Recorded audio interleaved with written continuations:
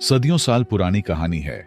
दिमश्क के किसी सहराई इलाके में एक बूढ़ी औरत रहती थी जो मुद्दतों से एक शदीद बीमारी में मुब्तला थी। बीमारी ने उसके जिस्म को कमजोर कर दिया था और तकलीफ ने उसकी रूह तक को तका दिया था। करीबी तमाम हकीमों ने कोशिश की मगर सब बेबस हो गए। सिर्फ एक ही हकीम था जो उसकी बीमारी का इलाज कर सकता था, मगर वो बहुत दूर बगदाद के एक मशहूर शहर में रहता था। वहां तक पहुंचना निहायत मुश्किल था, खास तौर पर एक बीमार और गरीब औरत के लिए। इस जमाने में अगर आप समझना चाहें तो यूं समझें कि जैसे कोई शख्स पाकिस्तान या इंडिया में किसी खतरनाक बीमारी में मुब्तला हो और उस बीमारी का वाहिद माहिर डॉक्टर सिर्फ अमेरिका में हो। एक गरीब इंसान के लिए फासला, खर्चा, वीजा सब कुछ नामुमकिनात में शुमार होता है। उसी तरह उस जमाने में भी बगदाद जाना एक ख्वाब से कम न था। उस बूढ़ी औरत का अल्लाह पर ईमान इतना मजबूत था कि वो हर हाल में यही कहती, अल्लाह ही मेरा निगहबान है। वही हकीम खुद चलकर मेरे घर आएगा और इसका सबब अल्लाह ही बनाएगा। वही मालिक और खालिक है मेरा। लेकिन याद रखें, अल्लाह की कुदरत का कोई सानी नहीं। वो जो चाहे, जब चाहे, जैसे चाहे कर सकता है। वो नामुमकिन को लम्हों में मुमकिन बना देता है और ऐसे इसबाब पैदा कर देता है जिनका इंसान तसव्वुर भी नहीं कर सकता। यही यकीन इस कहानी की बुनियाद है। तो दोस्तों, वो जमाना ऐसा था जब सफर ऊंटों और घोड़ों पर किया जाता था, मगर उस औरत के पास न सवारी थी न सामान। रास्ते तवील और कठिन थे, लेकिन उसका यकीन कहता था कि अगर कोई उसे बगदाद तक पहुंचा सकता है तो वो सिर्फ अल्लाह ही है, या फिर अल्लाह वो मशहूर हकीम खुद उसके पास भेज दे। वो रोज अपनी बेटी से यही कहती, मुझे उसी हकीम से इलाज करवाना है और मेरा रब ही उसका सबब बनाएगा। उसकी बेटी अक्सर मां की बातों पर हंस देती क्योंकि उसे ये सब एक ख्वाब लगता। लेकिन अल्लाह जो करता है वो इंसान की अक्ल से बालातर होता है। बूढ़ी औरत ने मोहल्ले के अमीर लोगों से मदद मांगी, मगर कहीं से कोई मुस्बत जवाब न मिला। वो दर्द और मायूसी के बीच बेबसी की जिंदगी गुजारती रही, अपनी एक बेटी के साथ गुर्बत और शदीद बीमारी का सामना करती हुई। वो दिन ब दिन कमजोर होती जा रही थी। बीमारी इस हद तक बढ़ चुकी थी कि अब न इबादत की ताकत बाकी रही थी, न खाने पीने की हिम्मत। कभी खाना खा लेती तो कभी सिर्फ पानी पर गुजारा करती, मगर इस सब के बावजूद उसने अल्लाह के दरबार का दरवाजा खटखटाना नहीं छोड़ा। वो हर वक्त अपने रब से शिफा की दुआ मांगती रही, यकीन के साथ, सब्र के साथ। वक्त गुजरता रहा और फिर एक रात जब हर तरफ सन्नाटा छा चुका था और सारा मोहल्ला नींद की आगोश में था, अचानक दरवाजा जोर से खटका। बाहर से एक आवाज आई, बहन, क्या कुछ देर के लिए जगह मिल सकती है? सुबह तक रुकना है। उस औरत ने सोचा, शायद कोई मुसाफिर है जो इस सुनसान वक्त में मदद का तलबगार है। उसने दरवाजा खोला तो बाहर दो अजनबी मर्द खड़े थे। उनकी हालत निहायत खराब थी। लगता था कि लंबे पैदल सफर की तकन ने उनके जिस्मो चेहरे से रंग नचोड़ लिया हो। प्यारे दोस्तों, आगे बढ़ने से पहले एक छोटी सी गुजारिश है। आप सबका बहुत बहुत शुक्रिया कि आप लोग हमारे वीडियोस प्यार से देखते हैं, मगर कई दोस्त बिना सब्सक्राइब किए चले जाते हैं। बराहे करम हमारे चैनल को जरूर सब्सक्राइब कीजिए।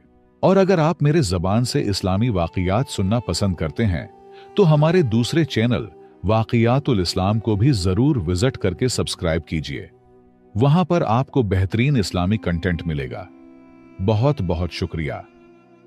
बेटी दौड़ी हुई मां के पास गई और सारी बात बताई, मगर मां ने पहले इजाजत न दी।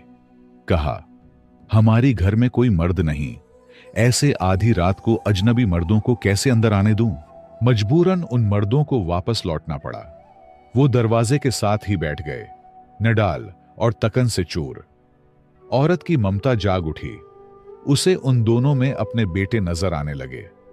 दिल भर आया और उसने बेटी से कहा, बेटा, उन्हें अंदर बुला लो, मगर दूसरे कमरे में रखो। खाने पीने का इंतजाम भी वहीं कर दो। ज्यादा बातचीत से गुरेज करना। अल्लाह ने उन्हें हमारे दर पर भेजा है, हमारी आजमाइश है, हमें खिदमत करनी है, लेकिन अपनी हया और पर्दे का ख्याल रखते हुए। कुछ वक्त गुजरा और फिर बूढ़ी औरत की बेटी ने घर में जो कुछ मौजूद था उससे सादा सा खाना तैयार किया, पानी दिया और दोनों मुसाफिरों के लिए दूसरे कमरे में सोने का इंतजाम कर दिया। दोनों मुसाफिर कमरे में जाकर सो गए, जबकि बूढ़ी औरत रात भर दर्द से कराहती रही। नींद आंखों से कोसों दूर थी। वो फरियादें करती रही और दिल ही दिल में उन अजनबियों पर भी नजर रखी हुई थी। सुबह की अजान हुई। दोनों मुसाफिर उठे, वजू किया, नमाज अदा की और जाने लगे। जाते हुए वो बूढ़ी औरत से दुआएं ले रहे थे, मगर जब औरत ने उनकी इबादत और परहेजगारी देखी तो मोहब्बत से रोक लिया। बेटा, नाश्ता किए बगैर मत जाओ, अल्लाह ने तुम्हें हमारे दर पर भेजा है। ये सुनकर दोनों आदमी रुक गए और उनमें से एक ने नरमी से पूछा, अम्मा जी आप बीमार लगती हैं, क्या हुआ है आपको? कब से परेशान हैं? बूढ़ी औरत ने धीमे लहजे में जवाब दिया, बेटा, यह बीमारी अल्लाह की तरफ से है और मैं उस पर राजी हूं। मेरा निगहबान सिर्फ मेरा रब है। तकरीबन 10 साल हो गए हैं मुझे इस तकलीफ में जीते हुए, लेकिन आज तक मुकम्मल इलाज न करवा सकी। बेटा मेरा ना कोई बेटा है ना भाई।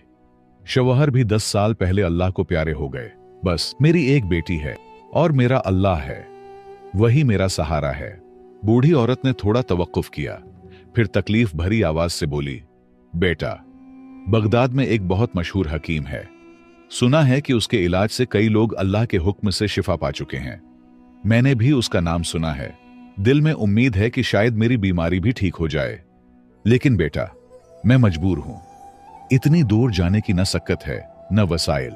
यह सुनकर दोनों मुसाफिरों ने एक दूसरे को चौंक कर देखा, जैसे वो कुछ जानते हो या किसी हकीकत से वाकिफ हो।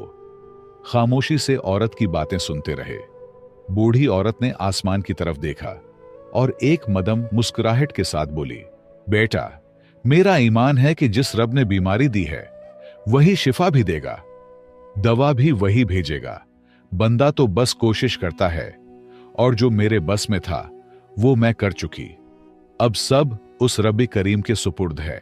बिलाखिर एक आदमी आगे बढ़ा और नरमी से बोला, अम्मा जी, अगर मैं ये कहूं कि अल्लाह ने आपकी दुआ कबूल कर ली है तो आपको कैसा लगेगा? बूढ़ी औरत ने हैरत से उसकी तरफ देखा और धीमी आवाज में कहा, क्या मतलब बेटा? मैं तो कुछ समझी नहीं। उसने मुस्कुराकर जवाब दिया, ये दूसरे साहब यही बगदाद के मशहूर हकीम हैं और अल्लाह ने ही उनको आपके लिए यहां भेजा है। हम दोनों एक खास जड़ी बूटी की तलाश में दमिश्क आए थे। घोड़ों पर सफर कर रहे थे। रात को जब ठहरने का वक्त आया तो घोड़े अचानक डर गए और हमें शहर से बहुत दूर ले गए। फिर रास्ते में हम दोनों घोड़ों से गिर गए और सारी रात अंधेरे में भटकते रहे। बहुत सफर के बाद आपका घर करीब लगा और हम यहां आ गए। अल्लाह की मर्जी से हम आपके पास पहुंचे हैं। अब इंशाअल्लाह आपका इलाज होगा। आप बिल्कुल फिक्र न करें अम्मा जी, अल्लाह ने आपकी फरियाद सुन ली है। यह सब कुछ किसी मामूली इत्तिफाक का नतीजा नहीं, क्योंकि न मैं आपसे वाकिफ हूं न आप हमसे, बल्कि यह सब रब की रहमत का इशारा है। लिहाजा दोनों मुसाफिरों ने नाश्ता कर लिया, फिर बूढ़ी औरत का मुकम्मल चेकअप कर लिया और फिर रुखसत होते वक्त उनमें से एक ने कहा, अम्मा जी फिक्र ना करें, आपका इलाज अब यहीं घर पर होगा। मैं अपने बेटे को भेजूंगा, वो आपको दवा दे जाएगा। दवा भी वही लाएगा जो सिर्फ हमारे पास ही दस्तयाब है। यहां तक कि बूढ़ी औरत के इखराजात का खर्चा भी डॉक्टर ने अपने जिम्मे ले लिया। कुछ वक्त गुजरा, फिर वाकई एक नौजवान लड़का दवा लेकर आया। वो हकीम का बेटा था। दवा देने के बाद जब उस नौजवान ने बूढ़ी औरत की बेटी को देखा तो दिल में कुछ महसूस किया। दरहकीकत हकीम ने उसे दवा देने के साथ बीवी के लिए लड़की देखने के इरादे से भेजा था, क्योंकि हकीम ने उसी रात को लड़की की खिदमत और मेजबानी देखी तो दिल ही में बहू बनाने की नीयत कर लिया। जब हकीम के बेटे ने लड़की को देखा तो उसे भी पसंद आ गई। हया और गैरत का जमाना था। लड़का चुपचाप चला गया और बूढ़ी औरत को सिर्फ इतना इशारा दिया कि आपकी बेटी मुझे पसंद है, ताकि वो किसी और को हाँ न कर दे।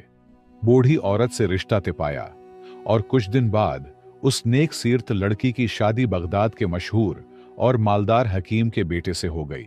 चंद ही दिनों के इलाज से बूढ़ी औरत भी सेहतयाब हो गई। अब वो अपनी बेटी के साथ बगदाद में आराम और सुकून की जिंदगी गुजारने लगी। वो हर रोज बेटी को यही नसीहत करती, बेटी, हमेशा अल्लाह पर कामिल यकीन और पुख्ता भरोसा रखो। जो कुछ होता है वो अल्लाह के हुक्म से होता है, उसके सिवा कोई और कुछ नहीं कर सकता। जब भी किसी से उम्मीद लगे तो दिल से अल्लाह के दरबार में रो लो, वो सब कुछ सुनने वाला है। मैं एक बेबस, बीमार, गरीब बूढ़ी औरत थी, किसी काबिल न थी, लेकिन अल्लाह ने मुझे इज्जत दी, सेहत दी और खुशी अता की, क्योंकि वो इखलास देखता है। तो प्यारे दोस्तों, इस कहानी से हमें एक अहम सबक ये मिलता है कि मुश्किल कोई भी हो, दिल से और इखलास के साथ सिर्फ अल्लाह को पुकारो। वही सुनने वाला है, वही देखने वाला है और वही है जो हर मसले का बेहतरीन हल रखता है। अगर कभी कोई दुआ कबूल ना हो तो ये मत समझो कि वो रद्द हो गई, बल्कि उसमें या तो हमारा भला नहीं होता, या हमारे इखलास में कमी होती है, या अल्लाह उससे बेहतर वक्त और सूरत का इंतजार करवा रहा होता है। और बच्चों के लिए एक सुनहरी सबक ये है, चाहे बेटा हो या बेटी, अगर वालिदैन की खिदमत और इताअत दिल से की जाए तो अल्लाह दुनिया व आखिरत में ऐसे इनामात देता है जो महज काबिलियत से हासिल नहीं होते। वालिदैन की खिदमत रब को इतनी पसंद है कि वो इसके बदले इज्जत, मर्तबा, सुकून और कामयाबी अता फरमा देता है। मुझे उम्मीद है आपने इस कहानी से बहुत कुछ सीखा होगा। अगर आपको मजीद ऐसी ही सबक आमूज और ईमान अफरोज कहानियां सुनना पसंद हैं, तो हमारे चैनल पुराने किस्से को सब्सक्राइब करके घंटी को जरूर दबाएं और हो सके तो वीडियो को लाइक और शेयर कीजिए। आपके ताउन का शुक्रिया।